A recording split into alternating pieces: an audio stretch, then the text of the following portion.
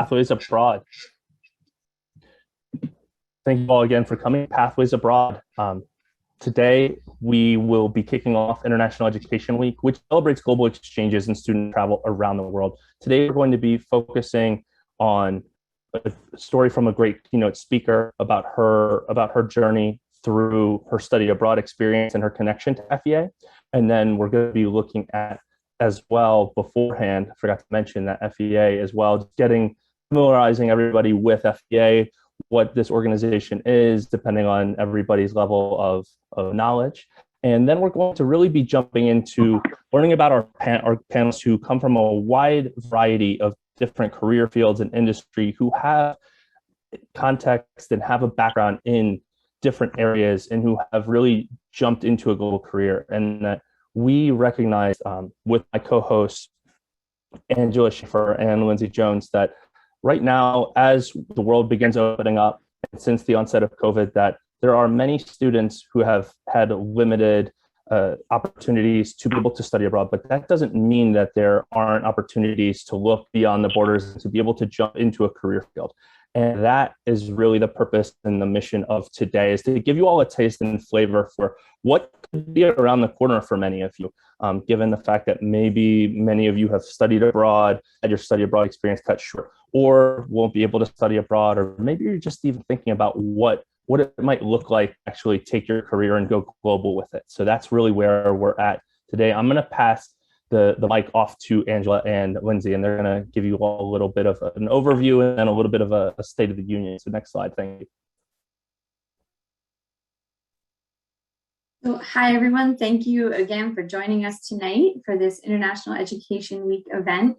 I'm Angie Schaefer. I am the Executive Director of the Fund for Education Abroad, and I'm joined by Lindsay and Maya from the FEA team as well. We'll all introduce ourselves really quickly. Maya and Lindsay. Hello, everyone. I am Maya Anderson. I am FEA's event planning intern. I am a junior at Howard University. Yes, and we are very thankful that Maya is a part of our team. She has done so much for us this semester, and especially for this event in particular. And I am Lindsay. I'm FEA's program manager. I manage our scholarship application and review process, and basically assist wherever else is needed at the organization. So I am very happy to be here, and thank you all for joining us.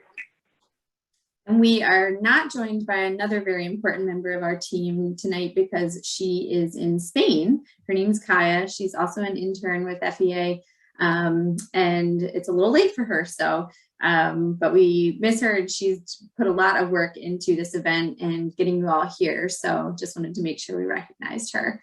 So as you can see, this is the event overview, and we want to make sure we leave as much time as possible for you to speak to the panelists and learn about their experiences abroad. So if we want to go to the next slide, Lindsay. Just to quickly introduce you all to FEA. Most of you have hopefully heard of us before, but if you haven't and this is your first time working with us, we welcome you. We have been around for about 11 years now. We celebrated our 10-year anniversary during the really fun year of 2020, where we could do nothing in person, but still we made the best of it. Heading into 2022, we have given out $2.2 million in scholarships for study abroad. We have over 700 scholars, and we are very proud of the fact that our scholars really represent our mission. Most of our scholars are first-generation college students, students of color, and we also have a lot of students who have been in or are currently community college students when they study abroad. So we're really proud of those. We have lots of different scholarships. One application through FEA actually qualifies students for up to 33 different scholarships. So we're really grateful to have all of our different access partners and the people who help us fund different scholarships. We also, as an organization, we find it really important to make sure we're working with our students and our scholars before, during, and after study abroad. So we have lots of information available for our scholars to learn about funding and financial aid and transportability of aid and all of that prior to going abroad. While they're abroad, our scholars blog with us and talk with us regularly about their experiences. Then after they come home, we like to do lots of alumni programming, including programming like this, where we talk a little bit more about what other kinds of opportunities are out there to go abroad again. We are excited about the upcoming year. We have lots of different programs planned and lots of different events that are hopefully going to be taking place in person, hopefully in cities around the US and maybe even internationally. So keep an eye out on our social media and on our website for lots of events like that we're hoping to build back stronger with in 2022. And we're super, super grateful for our alumni. We're joined by quite a few of them tonight. But our alumni play a really significant role in all of the work that we do, and we remain guided by them in a lot of what we do in terms of just continuing to engage with students who worked with FEA prior. So with that, I will hand it over.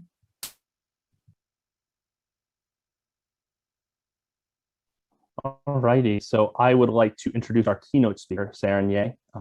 Saren Ye received an FEA scholarship in 2014 to study in China, the birthplace of her father and grandparents. Saren is originally from Maryland and graduated with a bachelor's in biology and a minor in international development from the University of Maryland. She then studied international relations at Johns Hopkins University in Bologna, Italy, and Washington, D.C. In addition to FEA, Saren studied or worked overseas with a critical language scholarship, Gilman Scholarship, and Fulbright Scholarship. She interned at the U.S.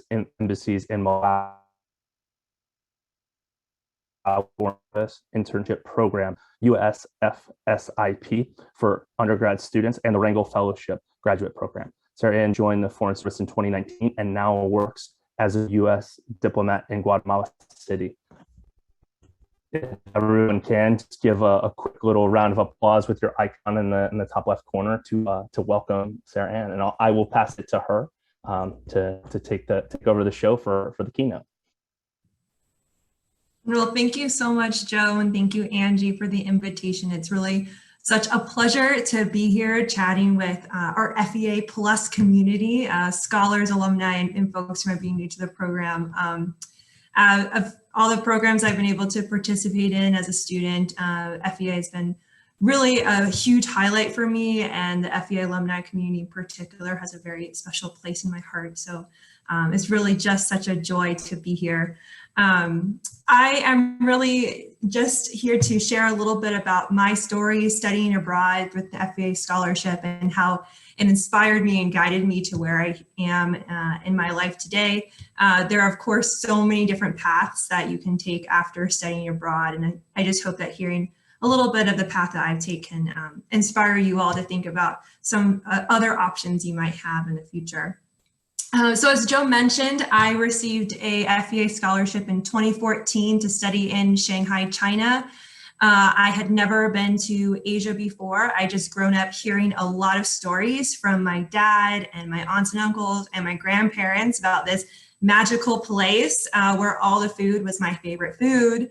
And, they were able to run through rice paddies and like steal sugar canes from their neighbors. And I was like, this is so cool. I want to go learn more about my roots as an individual and grow myself as a person and learn more about the world. I studied at East China Normal University, and you can see some photos of me just going around Shanghai and some related places while I was there. I studied Chinese 5 hours a day, which was a lot for any people who have been in an intensive language program. You might empathize with the feeling that you understand nothing ever, no matter what you do, and you can't read things and you can't sound out the words, and you're going home to live with a student from the country that you're living in. You can't even talk to them. So that was a really mentally challenging, draining, but also rewarding experience. And at that time, the FEA scholarship program really encouraged their scholars to go out into the local community and volunteer. I did that by serving as an English teacher at a couple different community centers for elderly folks who lived in Shanghai. And it was a really beautiful way for me to both engage in cross-cultural interactions, but also cross-generational, to learn a little bit about these people's lives growing up, not just in Shanghai, but in all parts of China. Lindsay, I don't know if you can go to the next slide, please. So perfect, thank you. So when I came back from Shanghai, I was like, wow, mind blown. The world is greater than Maryland. I know there's a lot of Maryland folks on the call and I love my home state, but I was like, wow, the world's really big. So I knew that I wanted to do something more in global affairs. So I added a minor in international development to be able to focus on that a little bit more on the academic side. I applied to a lot of internship programs, a lot of international scholarship programs, some of which panned out, some of them didn't, but that's the way things work. I was very lucky to get an internship with the US Department of State, which is the branch of our federal government that manages foreign policy. And I interned in Washington, DC in the Office of International Health and Biodefense, which before the COVID pandemic was kind of this sleepy office that people put in the corner because they're like, oh, like, why do we need pandemic response? Now we all know why. And building upon that internship, I did a second one with the State Department as well, overseas in Lilongwe, Malawi. And from there, I was like, this is such a cool career. There's people who are working for the US government in a whole wealth of fields overseas, representing my people in the United States and actively building bridges with folks who live in other countries. And I wanted to be a part of that. So I applied to a program called the Rangel Fellowship, which is actually the first place where I met Dr. Lily Lopez-McGee, who's also a panelist tonight, which is a fellowship for students to go to graduate school and then lead into a career as a US diplomat, and in bureaucratic speak, that's a foreign service officer. And I was absolutely floored when I was accepted for that fellowship. I think I cried and immediately started frantically applying to graduate programs. I ended up going to Johns Hopkins University, but sadly not the one in Baltimore, the campus in Bologna, Italy, and in Washington, DC, where I studied international relations, focusing in law and economics. And after graduating from that program, I officially joined the State Department as a US diplomat, and I'm currently stationed in Guatemala City. This is a photo of me in front of some really beautiful local fabrics here in Guatemala with both of our countries' national flags. And I've been here for about 1 year out of a 2-year assignment. I do 2 different things here in the embassy. The first one is working on human rights and immigration issues. So I go out and I talk to a lot of people who engage on these topics and see kind of what's going on in Guatemala, try to find ways that the US and Guatemala can work together, both on a government to government level, but also on a people to people level to find win-win solutions for both of us. And the second thing that I do is I work in our consular section, issuing and adjudicating visas. So whenever someone from Guatemala wants to go to the United States for tourism or to study or to work temporarily, they come to my office and put forward an application to be able to travel to the United States. Lindsay, if you could click the next photo, is one of my favorite memories here in Guatemala so far, which was supporting Vice President Kamala Harris's visit to Guatemala. It was her first trip in her current position. We were super, super excited and proud to host her here. And this photo is of me and some of my coworkers prepping and supporting a group of Indigenous Guatemalan women who were involved in the entrepreneurship and engineering space before they were able to sit down and talk with the US Vice President for a good hour, hour and a half about what was going on the ground. And my role in all this was to sit in the back and frantically write down everything that went on in the meeting and then go home and write a very, very long report. But those reports are the backbone of what we do here in the State Department, and was a really fantastic experience. And then in my free time, I also do a lot of really cool outdoor things. I think the next picture is just me hiking a volcano close to Guatemala City, very socially distanced, but it's just a really great reminder to me of how beautiful our world is, both the different cultures and different people that you meet when you're traveling, but also just the natural beauty of different parts of the world. So I don't have too much more that I'd like to share at this point, but I do have kind of three takeaways that I'd like to give to you all. Starting out with that is I really believe that the FEA community, what FEA is cultivating among our scholars, is the future of not just the United States, but the world. I'm really grateful and excited to see so many levels of diversity represented in the FEA scholar alumni community and those who are affiliated and support this program. Some of my favorite memories over the past few years have been connecting with other FEA scholars and alums. Lindsay, do you mind hitting click? My first takeaway for the group is to just recognize your power as a curious, internationally minded person. I think we always need more people like that, and know that your voice and your passion to learn about other places and other people is so essential and can carry you a very far way. The second thing is to share your story. We all come from different places. We all have different experiences. And it's so important to be vulnerable, to engage in difficult dialogues, and to share what makes you passionate, but also what challenges you. And my third thing is to give back. Give back with your time to organizations that you care about. Give back with your energy, with your love. Give back when your finances, when you can. I love how in FEA we have a really robust alumni engagement program, and there's ways to get involved in many different levels. And I know there's many other institutions and alumni programs to do the same. So I just encourage you to actively seek out ways to build connections and to form community and pass on the knowledge that you've received. So with that, I think I'll pass it back to Joe. I'm going to drop my email in the chat box. If anyone has any questions or would like to chat after tonight, I'd be more than happy to do that. And thank you again so much for the opportunity to be here. If everyone could just for a second, just unmute and just so we can actually hear the applause, that would be great. Just because. Thank you. Thank you, Sarah Ann. And so I want to, so next slide, please, Lindsay. And so with all of that in mind, as Sarah Ann has beautifully articulated, there's a lot of opportunities out there. And as you can see in this list, this is not an extensive or exhaustive list, but this is a list of some areas and ways that you can build and create your career.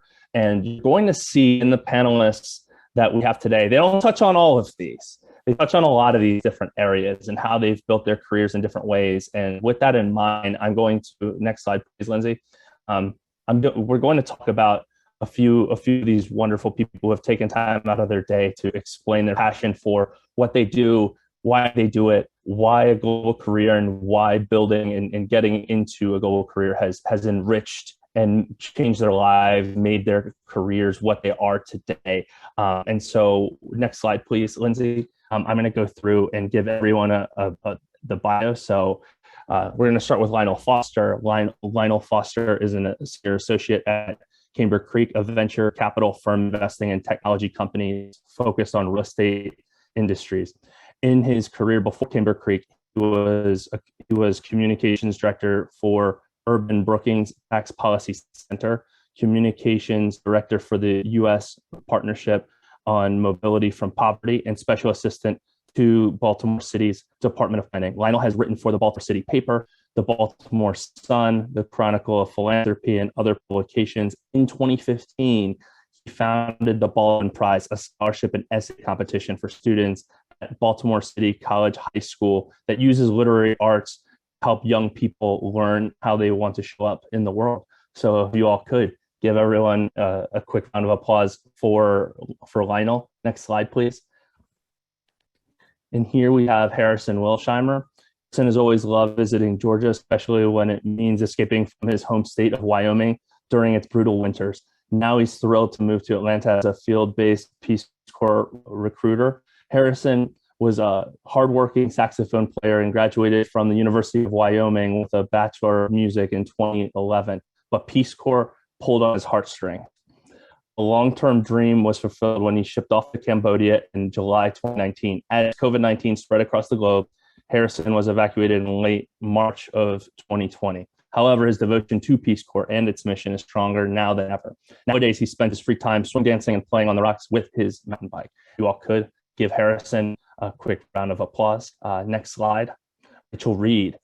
Rachel Reed is a senior program officer at Cultural Vistas, a nonprofit that specializes in international exchange and professional development.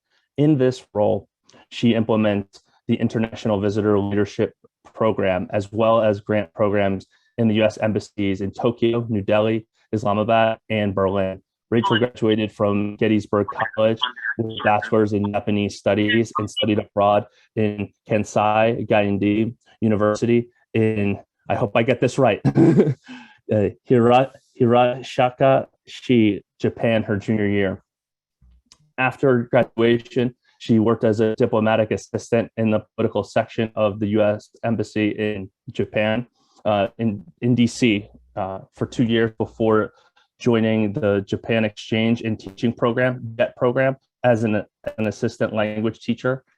She spent 3 years teaching elementary and middle school students in Akita, Japan. Currently serves as the president of the JET Alumni Association of Washington, D.C. If you all could, please give her a round of applause. And then next slide, please, Lindsay. Jamila Barger is an administrative program coordinator at the Sidney Kimmel Comprehensive Cancer Center, where she coordinates cancer-focused training and education activities at Johns Hopkins University. She graduated from Smith College with a bachelor's in East Asian Studies and a minor in neuroscience, and studied abroad in Osaka, Japan with CET, Japan Intensive Language and Culture Program. She participated in the Japan Exchange and Teaching Program, JET program, from 2016 to 2017, where she served as an assistant language teacher at an agricultural high school and industrial engineering high school in Hyogo Prefecture. She returned to the US and worked as a diplomatic assistant in the management and coordination section at the Embassy of Japan before relocating to Baltimore. She currently serves as the events coordinator chair and one of the mentorship program coordinators for the JET Alumni Association of Washington, D.C. She was also featured in the U.S.-Japan Conference on Cultural and Educational Exchange, CULCON, 60th anniversary film, sharing her experiences on the JET program. Next slide, please, Lindsay. Jeremy Gobbin-Sperling. Jeremy Gobbin-Sperling is a white queer cis Jewish man based in Lima, Peru, who currently serves as the diversity and inclusion liaison for Fulbright programs in the Western Hemisphere. In this role, he works collaboratively with Fulbright regional partners in order to develop trainings, orientations, events, and strategic plans that prioritize regional D&I goals and also center the needs of communities historically excluded from the program. The descendant of Jewish ancestors who escaped the Holocaust from Poland, Jeremy grew up in Edison, New Jersey, with a desire to connect and meet his diasporic family from all around the world. After studying abroad in Prague, during which he met his French family for the first time in Bordeaux, and having worked in the Education Abroad office at his alma mater, NYU, he developed the office's first LGBTQ+ abroad guide, and Jeremy knew from that point on he wanted to dedicate himself to the field of international exchange. After graduating with a BA in psychology and religious studies, Jeremy went on to teach English abroad in Spain, to pursue an MA and now a PhD in international education policy at the University of Maryland, and to develop skills as an intergroup dialogue facilitator and trainer in the United States and abroad. As a queer person, Jeremy believes deeply in the need to remake the world into a place where structural barriers are no longer a reality, and seeks to reshape international exchange and into a place where full diversity of countries and communities is seen and celebrated. He is thrilled to be a part of this panel for FEA and looks forward to being involved with the community. Please give him a thank you and give him a round of applause. Lily Lopez McGee, Dr. Lily Lopez McGee, it has dedicated more than a decade to capacity building, EDI within international education and exchange, and U.S. national security and foreign policy. Dr. Lopez-McGee is a scholar practitioner currently based at Howard University in DC, where she works at the intersection of EDI, international education and exchange, and international affairs careers. She has designed organizational surveys that examine how bias affects employee and student success. Dr. Lopez-McGee has extensively worked in grant administration and capacity building, along with training programs for minority serving institutions focused on internationalization. She is deeply committed to equalizing access to education. So please give her a round of applause. We also have here Michelle Rosso. Michelle Rosso is the Director of Technology and National Security for the National Security Council at the White House. Previously, Dr. Rosso served as the Principal Director, PD, for biotechnology at the Department of Defense, DoD, and was responsible for leading biotechnology modernization. Michelle has held a number of roles as a science and national security advisor, including at the Department of State and the U.S. Senate. She was also a staff scientist and postdoctoral fellow with the Naval Medical Research Center in Fort Detrick, Maryland, where her work focused on infectious disease and omics-based biomarkers. Michelle was also a member of the 2018 cohort of Emerging Leaders in Biosecurity, ELBI Fellowship, through the Johns Hopkins Center for Health Security. Michelle holds a PhD in molecular biology from Johns Hopkins University and a BA in biology and global health from Northwestern University. Carmen, so next slide, please. If we could all give Michelle a round of applause, please. Thank you. Carmen Wilson. Carmen Wilson is a Black American woman from Birmingham, Alabama. She holds a BA in linguistics from Yale University. During undergrad, she studied abroad in Japan and South Korea, and then returned to South Korea after graduation to work at an education consulting company in Seoul.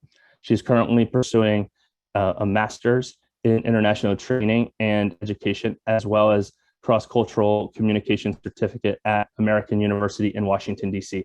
Her research interests include identity formation and language acquisition in immersive context.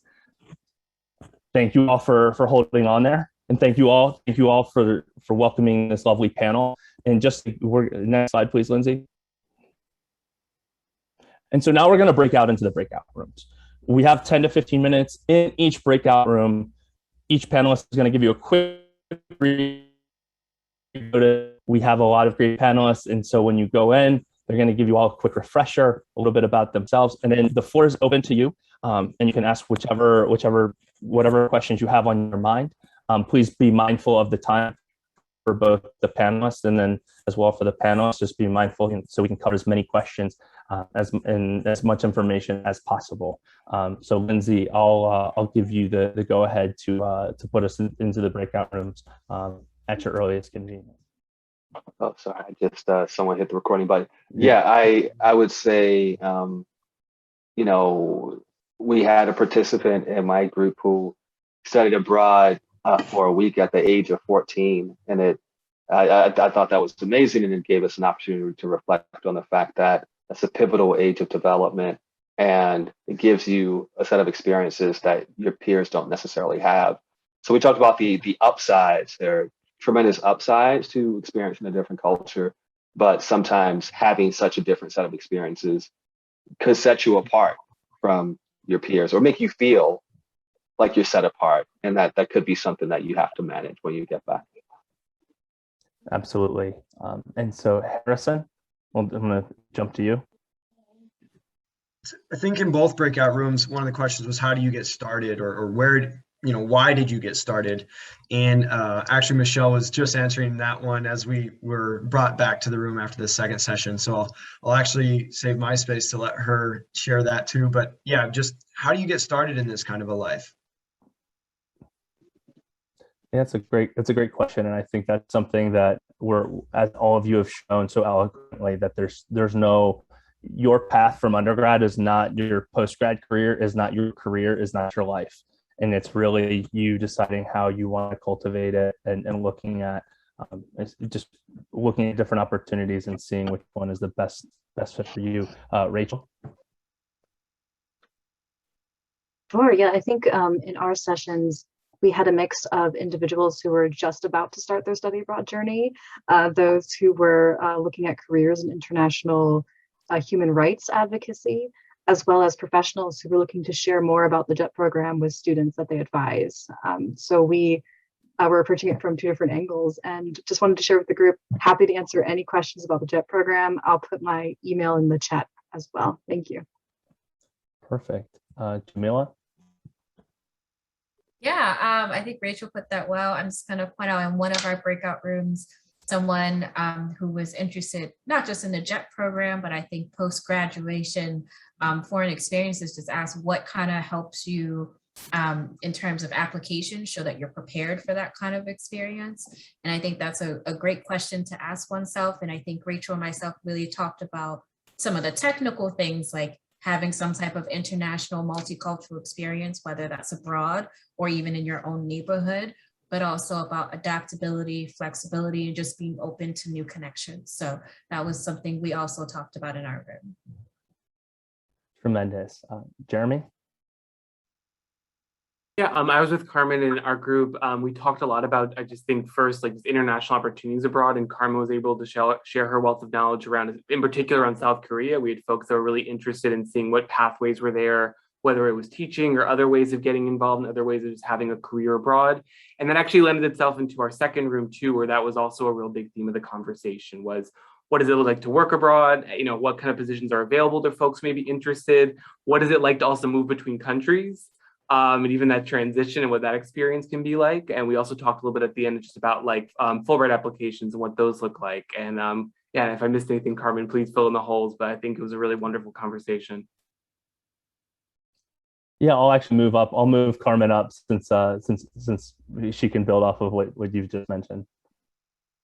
I think Jeremy absolutely nailed that summary. I don't really have anything else to add except to thank everyone for your interest in Korea. So happy to talk to all of you. I'll move on to Dr. Lily Lopez-McGee. Yeah, one thing that I want to leave with you all, and this is kind of reflected in the resources that I dropped into the chat. There are multiple ways to get people to pay for you to go overseas. And it's never too late for you to go overseas. There are opportunities at early, mid, and senior level careers to have, again, opportunities to develop yourself as a professional in lots of different spaces. So I just want to emphasize that. I think oftentimes we think as motivated young people that our life will end at 25 when we're no longer somehow eligible, right, in our minds for these other opportunities. They're not. There's so many other really unique ways to develop yourself professionally. And in the same vein, I think something that resonated with me about what Sarah Ann had mentioned was that you should really take the opportunity to stretch yourself and do things that perhaps may not be immediately what you're thinking of, because life has a tendency to change on us really frequently. So I just wanted to leave you with that. I'll also drop my email in the chat box in the case that you are, again, at that point where you're looking for additional opportunities. All right, Michelle, take us home. Great, thanks everyone. Yeah, similarly to a lot of what has already been highlighted, there's a lot of discussions on what are the opportunities to study abroad? And I learned a lot from Harrison, who joined the rooms with me, on his Peace Corps experience and how that led him to travel and work and live abroad. My path was less traditional, and so we talked about, again, about no matter what your job is, you can look for opportunities to live, work, and engage with international communities. And we also had a theme about how important it is when you have those experiences to immerse yourself in the culture of whatever country you are in, to engage with the local people and local communities, and really have that, that full experience of living abroad. Wow, yeah, that what a wonderful way to start wrapping this up. Next slide. I'm gonna let Angie and Lindsay take us all the way to the very end here with some of the takeaways and a little bit about FEA and networking and next steps. Thank you, Joe, and thank you again to all the panelists who joined us tonight. I think we can all probably safely say that something we all enjoy, whether it was if we spent, you know, a week abroad teaching when we were 17 or 18, or going away when we were much further along, I won't say older, but further along in our careers and our professional journeys. We all love talking about our times abroad, and there's no shortage of resources out there for all of you who have joined us tonight if you want to talk to anybody about their experiences. FEA provides scholarships to students who are undergraduates to study abroad, but we also recognize as an organization that we hope that's just an entry point for students to begin exploring their different international pathways. And we're really happy to have been able to provide you with some different opportunities and information about different resources and programs and options that are out there for you to continue on that pathway, whether or not you were able to thus far go abroad, especially given what's been going on for the last few years. We do alumni programming that we welcome alumni, but also lots of other people too. We actually have a day of events coming up on December 9th, a whole day that's going to be dedicated to information about our scholarships, but also there's going to be a thought leadership lunch that we'll be talking about scholarship practices and how to incorporate justice, diversity, equity, and inclusion in work and in scholarship practices and in higher education. And so there's going to be a lot of different ways that you can, if you want to take part in that day, lots of different opportunities to engage with us, learn more about FEA, but also learn more about the people that make FEA's work possible, including international education professionals and people who have done lots of different international pathways in their own careers and educational experiences. So again, we thank you all. We hope that this was an opportunity for those of you who joined us as attendees to learn about different opportunities, whether you've been abroad, whether you plan to go abroad again. And we also hope that for our panelists, it was kind of fun to recap and rethink about the ways that your experiences have shaped who you are and where you're going, because you're all not done yet either. You still have lots left to do abroad, and just to kind of keep engaging people in diplomacy and really bring home, I think, the important piece of this work, which is connecting with people all over the world. So thank you all so much. Lindsay, I'm going to drop the link to FEA Day in the chat, and then we have our contact information on the next slide. But we so appreciate you all being here, and can't thank you enough for taking some time to spend with us tonight and to learn a little bit more about FEA and our amazing network of people. Yes, thank you all for joining us. Feel free to contact me and Angie anytime with any questions. Thank you to our panelists. We hope to see you again soon, and thank you to all attendees. And yeah, I hope you all have a great rest of your night. Alrighty, as everybody heads out, if anyone's sticking around, just last kind of reflection piece, I'll encourage our attendees to think about next steps and what they want to happen in their careers and in their life, and things of that nature. So if you're still sticking around and hear this message, I'd encourage you to think about, next steps and where this event will go and where this will take you. Thank you, Joe. Thank you so much for your work putting this event together. It takes a village. It takes a lot of panelists, and Jeremy, thank you for the email and sending out the reminder about the links. There's always a million different pieces, Sarah-Ann, for your presentation. Everybody for the bios. This wouldn't have happened and couldn't have come together without all of you taking your time out this evening, morning, wherever you are. It's wonderful and truly means a lot for you all to come together and believe in this and to make this happen. So thank you. You're all very special people. Thanks, everyone. Bye. Thank you.